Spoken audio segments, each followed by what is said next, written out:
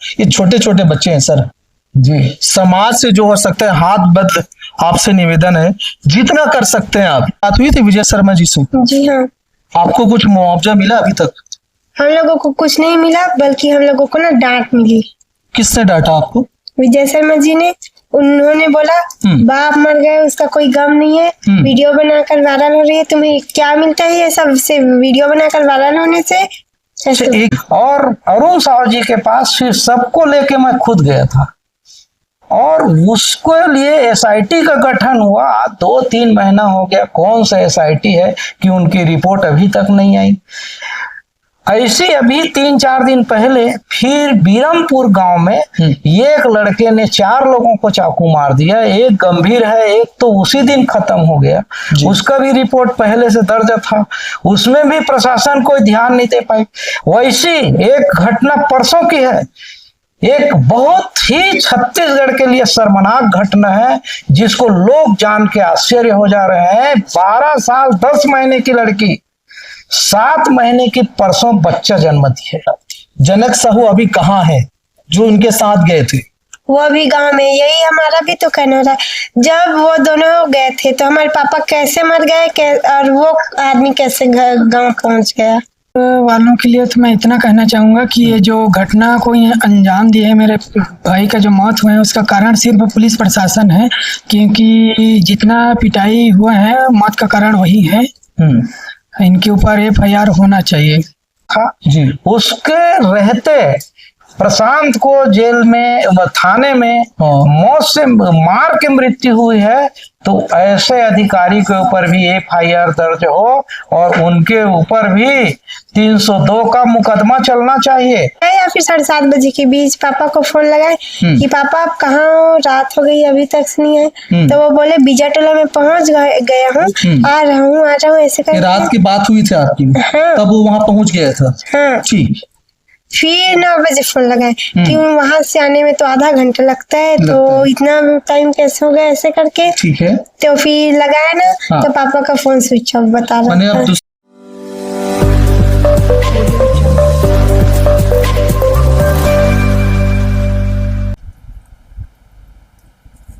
नमस्कार दर्शकों, कवर्धा कांड एक ऐसी घटना है जो पूरे छत्तीसगढ़ में सियासत गर्म कर दी है।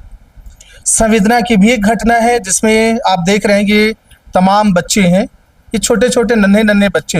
मैं चाहूँगा एक बार कैमरामैन थोड़ा सा इन बच्चों की तरफ फोकस करें, बताएं किस तरफ ये देख रहे हैं। ये जो बच्चे दिख रहे हैं 1 2 3 4 और एक बेटा ये है, ये कचरू साहू के बच्चे हैं, जिनको ये माना जा रहा है कि उनकी हत्या करी गई है, लेकिन शायद अभी तक ये पता चल रहा है कि उन्होंने आत्महत्या किया है। पर इस पर जरा भी संतोष नहीं है परिवार वाले और समाज वालों का।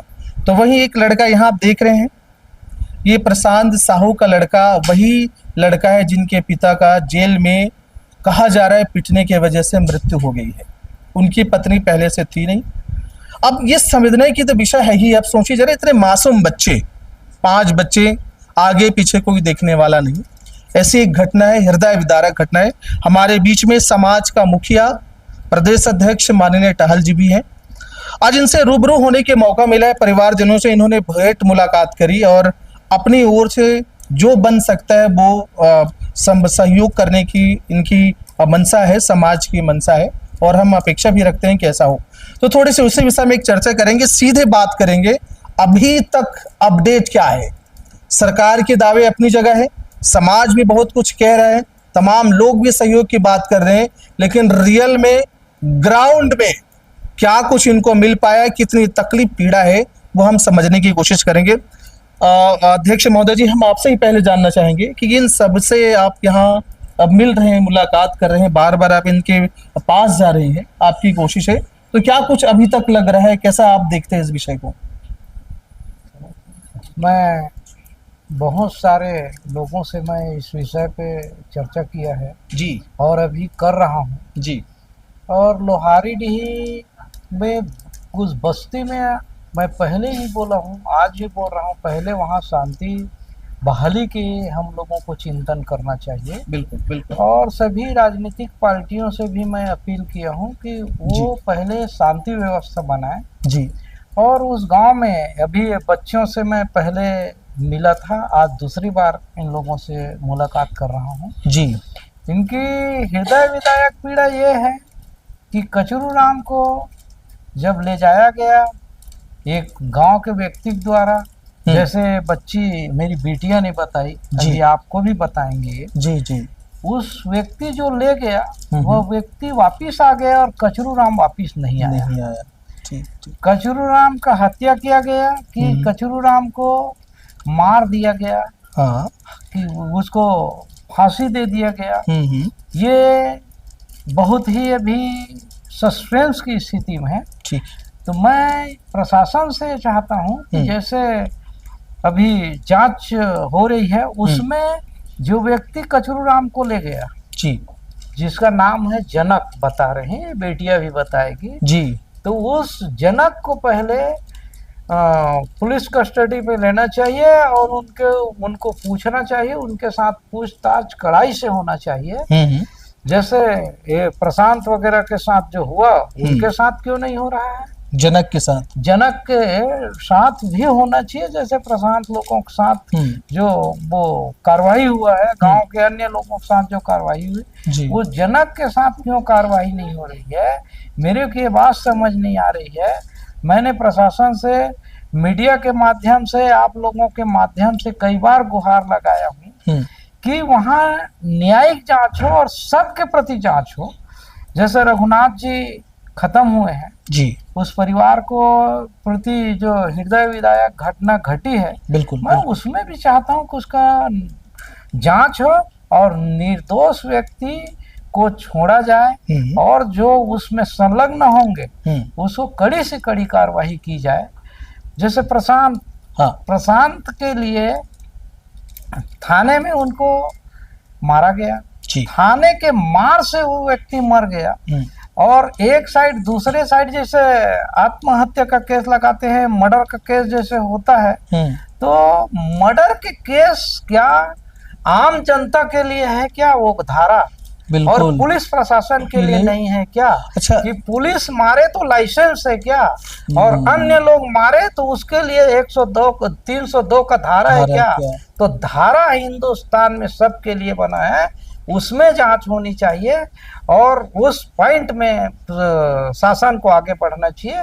तो मैं शासन से मांग कर रहा हूँ कि वहाँ तीनों परिवार के लिए बहुत न्यायिक जांच हो, गंभीरता से जांच हो और कचरू राम जी के जैसे उनको फांसी पे लटके मिले कि हत्या किए हैं, क्या किए हैं, उसमें शासन यदि गंभीरता से, पुलिस प्रशासन यदि गंभीरता से लिया रहता तो उस गांव का आज बर्बादी को हम रोक सकते थे और वो गांव की बर्बादी हम नहीं रोक पाए। ये पुलिस प्रशासन की चूक है, ये प्रशासन की चूक है। बिल्कुल बिल्कुल। अच्छा, ये बड़ी बातें निकल के आती है। कहते हैं सच में भारत की पुलिस के जवाब नहीं, मिनट लगेंगे आपके हड्डियां तोड़ देने में और झूठे केस फंसा देने में। इसके तो बिल्कुल कई घटनाएं इसके प्रमाण है।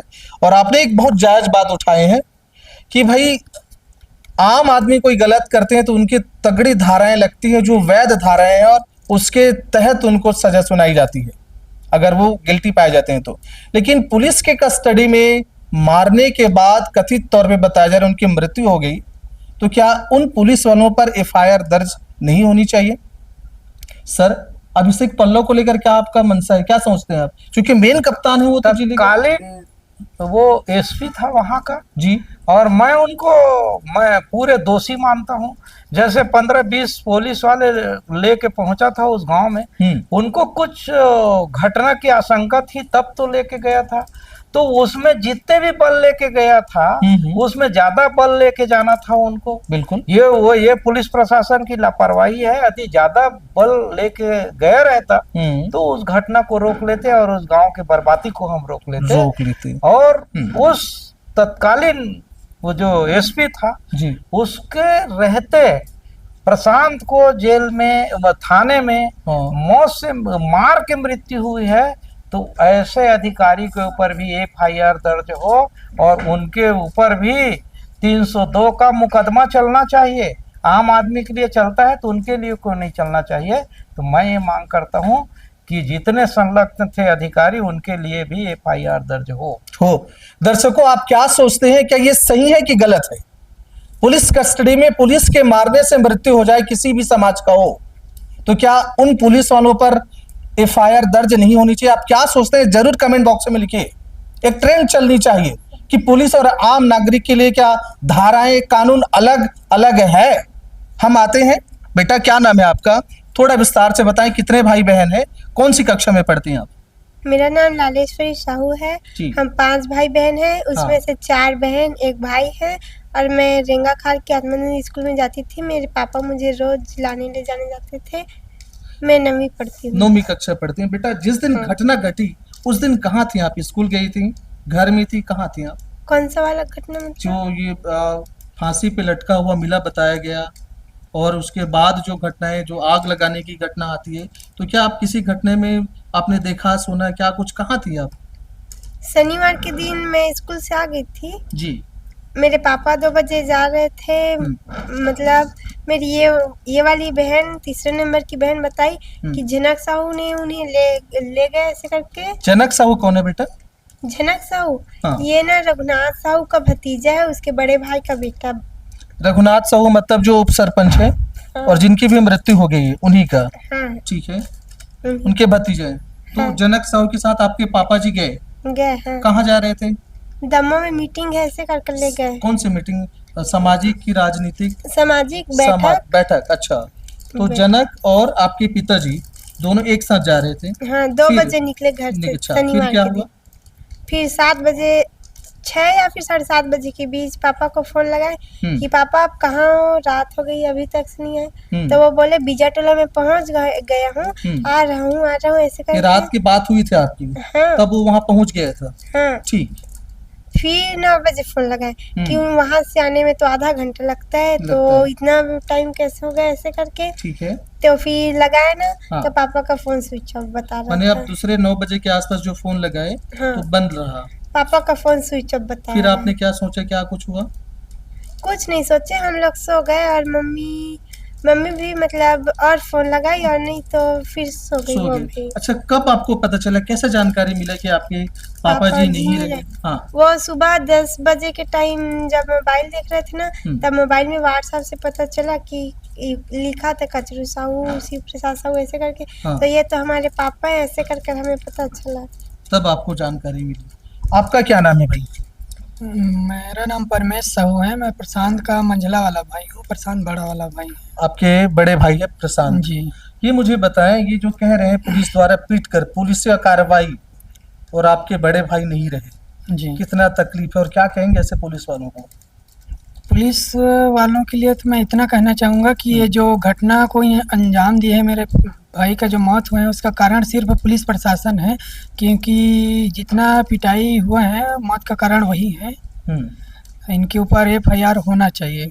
जी। अच्छा, ये मुझे बताएं, जो प्रशांत साहू है उनके घर परिवार कौन है, कितने बच्चे हैं, कैसा चल रहा है अभी, स्थिति क्या है?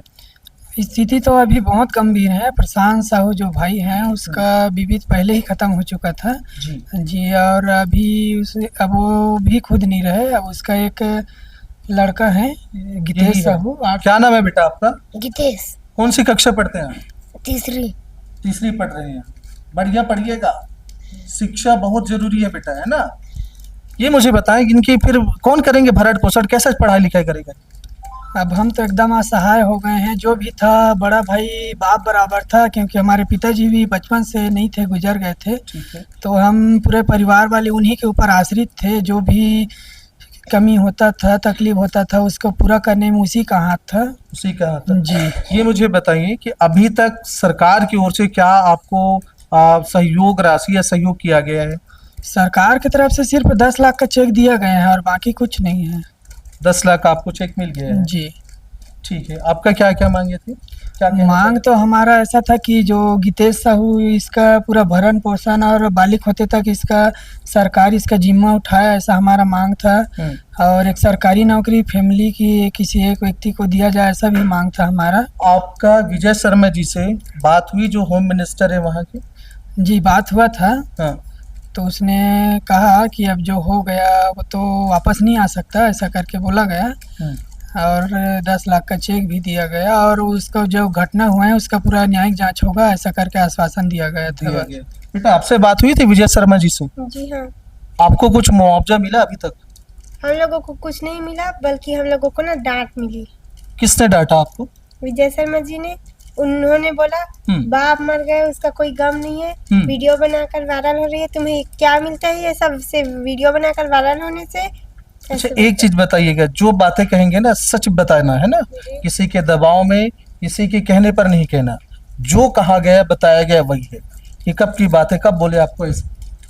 जब वो विजय शर्मा जी हमारे घर आए थे ना तब बोले थे। अच्छा, अरे वीडियो मत बना, वीडियो मत बनवा, क्या मिलेगा तुम्हें, ये गांव में रहना है या नहीं रहना है, तुम अभी नाबालिग हो, ऐसे भी बोले। ठीक है, तो ये मुझे बताएं, आप अपनी ओर से कुछ नहीं कहा कि मेरे पापा नहीं मम्मी नहीं, इन बच्चों का क्या होगा? कुछ बातें हुई इस विषय में? कुछ नहीं, हम लोग बोले कि हमारे पापा का वो डबल पीएम होना चाहिए, हम लोग 5 भाई बहन, हम लोगों का क्या होगा कैसे, तो वो बस इतना बोले और भड़क गए और वैसे बोलने लगे। आप चाहते हैं कि आपके पापा जी का फिर से पोस्टमार्टम हो? हाँ। क्यों? क्या डाउट, क्या शक है उसमें? हाँ, उनके वो रिपोर्ट में आया कि वो आत्महत्या किए, और जबकि आत्महत्या करने को उनके लक्षण ही नहीं दिखते। सब देखने वाले बोलते हैं हाथ पैर पूरा टूट गया था, और मतलब पूरा वो, और पैर ना जमीन में है। वो फोटो में देखी हूँ मोबाइल में, दोनों पैर जमीन में, और नाक तो ऐसे पेट से ऐसे टकराया हुआ है, और कपड़ा ऐसे उठ गया, मतलब यहाँ तक। मतलब आप कह रहे हैं कि जिस पेड़ से वो लटका था, हाँ, दोनों पैर जमीन में छू रहा था वो? हाँ, मैं वो फोटो भी मेरे मोबाइल में आपको दिखा सकती हूँ कि पैर पूरे जमीन में। हाँ, मोबाइल में है। अध्यक्ष महोदय, आपने भी तो जांच कमेटी बनाई थी, इस विषय में कितनी सच्चाई? जैसे बच्चियां बता रही हैं इनके पास फोटो है, और ये पोस्टमार्टम हुआ तो कैसा पोस्टमार्टम है जिसमें आत्महत्या बता रहे और पैर नीचे जमीन पर है? आपको क्या संदेह? मेरे को भी ये बच्चियां पहले बताई। जी सर। गांव के कुछ लोग बताए। मैंने पहले भी कहा कि कचरू के मौत के समय पुलिस और प्रशासन अगर संज्ञान में लेते और उसको गंभीरता से लिया जाता तो रघुनाथ और उस गांव की बर्बादी को बचाया जा सकता था, और रघुनाथ की मौत को रोक पाते हम लोग। और वहां जब एसपी साहब खुद गए हैं, उनको शंका थी तब तो गए हैं उस गांव में। बिल्कुल, तो उसमें बल लेके जाना चाहिए। कोई अकेले एसपी बहादुर हैं क्या कि वो पहलवान हैं? तो मेरा ये कहना है कि प्रशासन की ये चूक है। कचरू के मौत से यदि ये लोग सावधान हो जाते, अपने आप में ये बहुत शर्मिंदगी है पुलिस प्रशासन के लिए। जबकि उस एसपी ने छोटे छोटे चीज का वायरल करता था, बच्चों का हेलमेट और आपका गाड़ी का लाइसेंस, जी, इतनी बड़ी चीज। आईपीएस अधिकारी हैं, कोई प्रमोटिव भी नहीं है वो।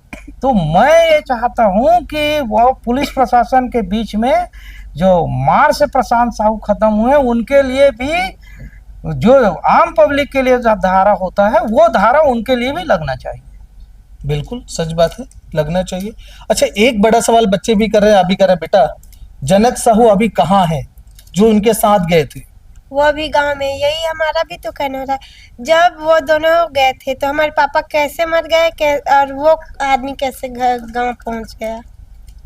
दोनों साथ में निकले थे, साथ में। जनक साहू और इनके पापा जी साथ में सामाजिक बैठक आधे घंटे की दूरी के गांव में गए थे, ऐसा बिटिया बता रही है। जनक साहू घर आ गए पर इनके पिताजी घर नहीं आया।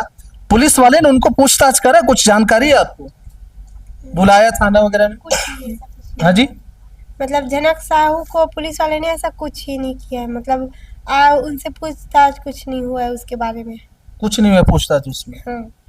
एक बड़ा तो सवाल उठता है, सवाल इसलिए है कि सबका संदेह है जिनका पैर जमीन पर है वो आत्महत्या कैसे कर सकता है, और दूसरी बातें इकलौता था वो शायद, है ना, आपकी पूरे बच्चों की जिम्मेदारी उन्हीं पर था।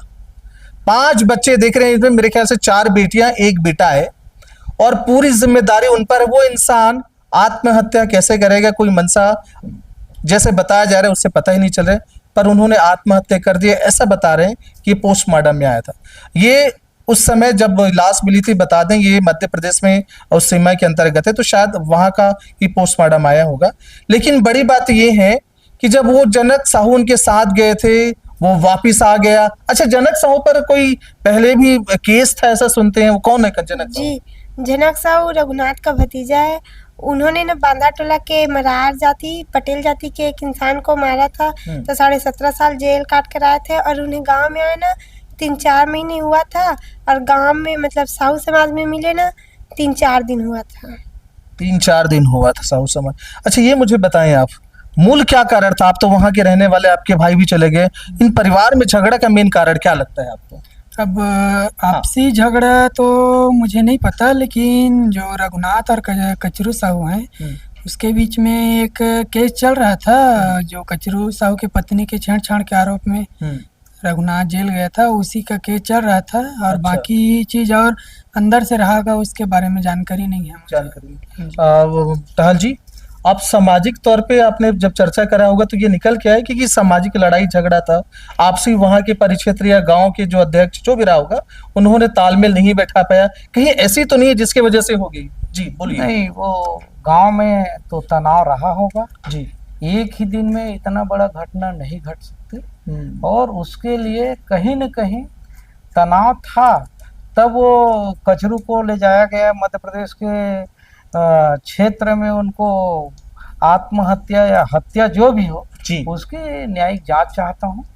और तनाव था कचरू के मरने के बाद, तो उस गांव में पुलिस प्रशासन गई थी, और पुलिस प्रशासन को चाहिए बल लेके जाना, और बड़ी घटना हम रोक सकते थे। बार बार इस बात को मैं बोल रहा हूँ कि उस घटने को नहीं रोक पाना ये छत्तीसगढ़ के लिए बहुत शर्मिंदगी की बात है, और राजनीति की बात नहीं। राजनीति करना नहीं चाहिए, उस गांव की व्यवस्था में हम सबको मिलके सहयोग करना चाहिए, और पीड़ित परिवार के साथ हम लोगों को खड़े होना चाहिए। मैं चाहता हूं प्रशासन से कि ये बच्चे 5 हैं, वो बच्चे 1 है जिनको 10 लाख रुपए का चेक मिला है, और वो रघुनाथ के परिवार, उन सबको पुलिस के प्रशासन के द्वारा सहयोग मिलना चाहिए, और सभी को सर, मैं उसी पे एक सवाल आपसे लेने वाला था। एक को 10 लाख का चेक कर दिया, तीनों समाज के ही बेटे हैं सर, कोई अलग नहीं है, और सब तीनों को आवश्यकता ही है आर्थिक रूप से, कोई और नहीं करने वाला। एक को तो दे दिया, बाकी 2 को भी शासन के द्वारा गोद लेना चाहिए, इन बच्चों पूरे परिवार को, और इन परिवार में सुरक्षा व्यवस्था मुहैया कराना चाहिए। आपसे एक निवेदन करूंगा सर, ऑन कैमरा, कभी कभी ऐसा होता है कि आपसी रंजिश समाज में जो समस्या का समाधान हो जाना चाहिए, गांव स्तर पर, परिक्षेत्र तहसील स्तर पर नहीं हो पाता।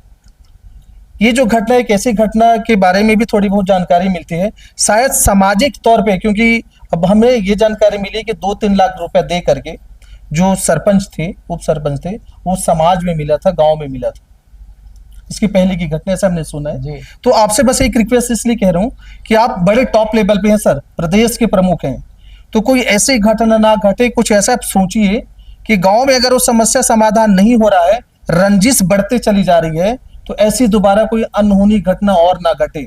कम से कम आपके बड़े लेवल पे वो समस्या अवगत कराया जाए, ताकि आप शायद उनसे अच्छा टैकल कर सकें और समस्या वही खत्म हो जाए। एक कोशिश जरूर करिए ऐसा। मेरा हमेशा कोशिश रहता है, ये घटना तो रहा होगा जी, लेकिन मेरे तक के बात आई नहीं। हाँ, ना वहाँ के कवर्धा के जिला साहू संघ के पास भी ये बात नहीं आई। अच्छा। और अपने तक के, हम लोगों के तक के बात आती है, तो मैं कई जगह कई गांव में हस्तक्षेप किया हूँ, दंड प्रक्रिया को भी कम कराया हूँ, और मेरा तो मुहिम चल रहा है, दंड प्रक्रिया कम करें, समाज में सब एक रहें, ये तो है। लेकिन हमको इस बारे में पता नहीं चल पाया, लेकिन कुछ तो गांव में समाज से नहीं, गांव में कुछ विवाद रहा होगा, पहले से तनाव रहा होगा आपस में, इसने बड़ी घटना घटी है, उसका कारण ये है। बिल्कुल है।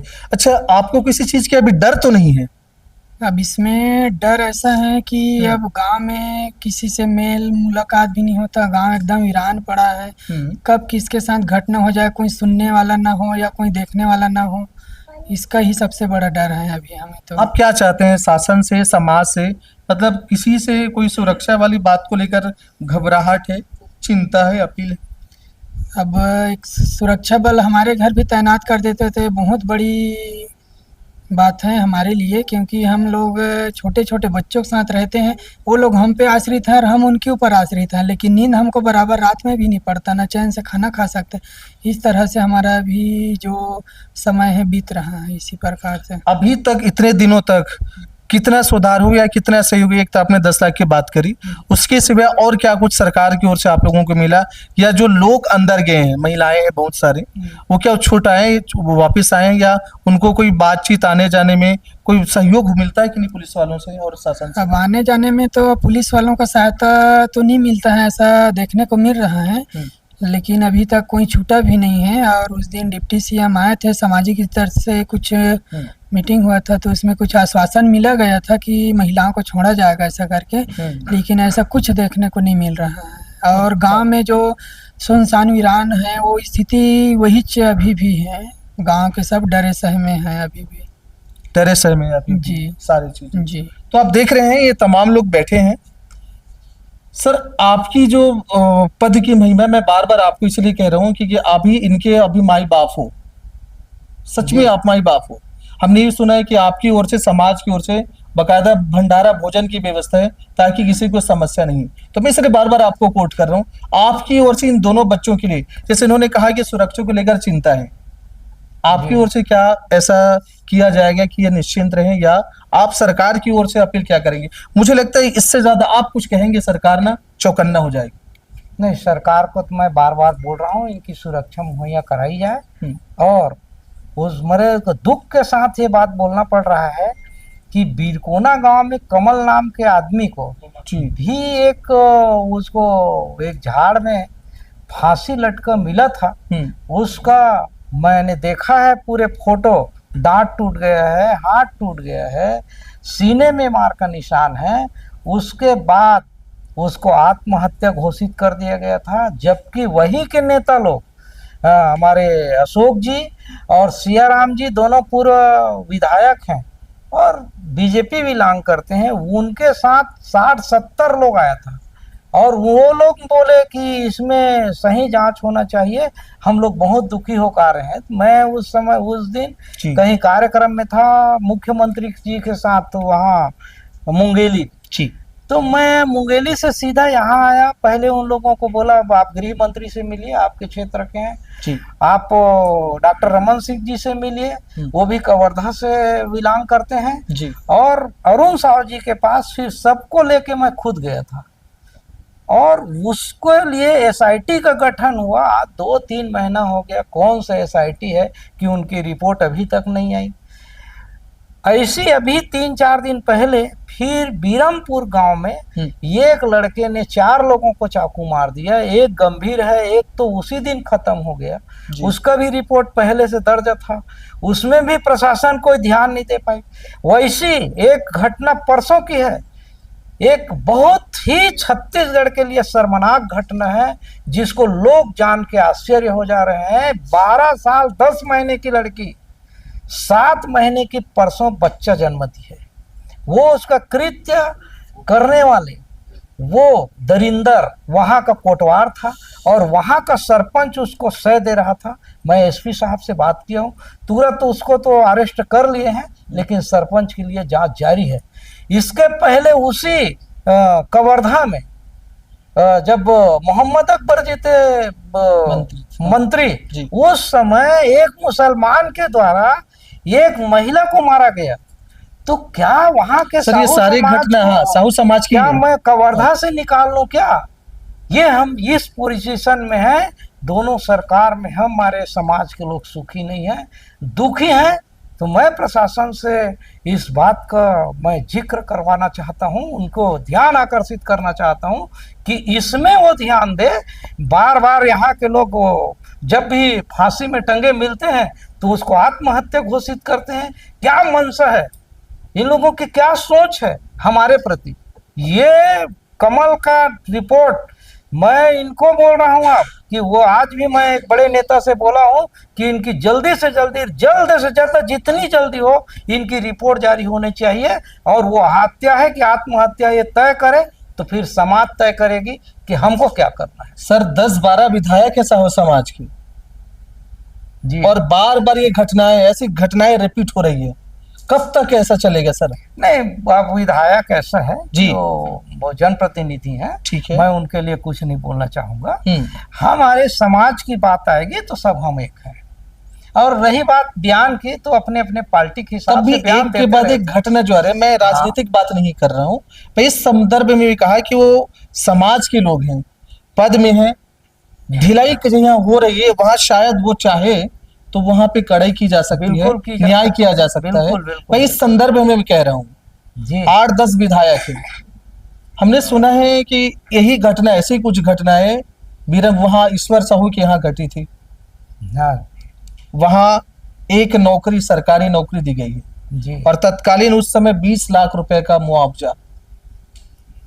हाँ। अब ऐसे ही साहू समाज की घटना यहाँ घटी है, एक को 10 लाख, बाकी को कुछ नहीं। नहीं, उस समय के 20 लाख की मुआवजा जी। नहीं था, उसमें अच्छा। मैं गया था। Okay sir. 10 लाख रुपए का मुआवजा को घोषणा हुआ था, एक अच्छा नौकरी की घोषणा हुई की गई जी। थी माननीय भूपेश बघेल जी के द्वारा। जी। लेकिन उस घटना में भी, जब बीरनपुर में घटना घटी, उसमें भी सबसे पहले कोई राजनीतिक पार्टी के, कोई समाज के नहीं, पहले साहू समाज की ओर से प्रदेश अध्यक्ष होने के नाते मैं गया था।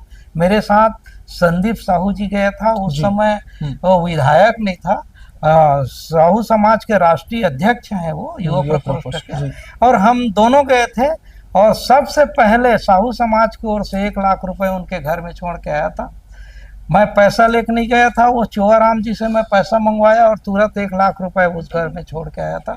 उसके बाद पूरे समाज की ओर से लाखों रुपए उसको सहयोग राशि बीरमपुर में भुवनेश्वर साहू के मृत्यु के बाद दिए हैं। और ऐसा समाज है ये कि सहयोग के लिए कोई कमी नहीं देता। बिल्कुल। आज वो ईश्वर साहू विधायक हो गए हैं, ठीक है, लेकिन उनकी बेटे के मौत के बाद उस घर में कोई नहीं पहुंचा था। तब आधा घंटा वो मेरे साथ रोया था, मेरे पकड़ के। उसकी पूरे परिवार की फोटो है आज ये मेरे पास। तो ये बहुत निंदनीय है कि हमारे समाज के साथ ऐसा लगातार घटना घट रही है। उसका मैं बहुत, प्रशासन को इसमें अलर्ट आए और मैं इसमें दुखी हूँ। बिल्कुल बिल्कुल। एक आखिरी निवेदन फिर आपसे मैं करूंगा, 1 लाख रुपए आपने वहां जाके दिया था, ये छोटे छोटे बच्चे हैं सर, जी समाज से जो हो सकता है हाथ बद, आपसे निवेदन है जितना कर सकते हैं आप, जो लड़ाई लड़ सकते हैं इनके न्याय के लिए, 2 जरूर अक्टूबर करिए इस है, बार। कल 2 अक्टूबर है जी।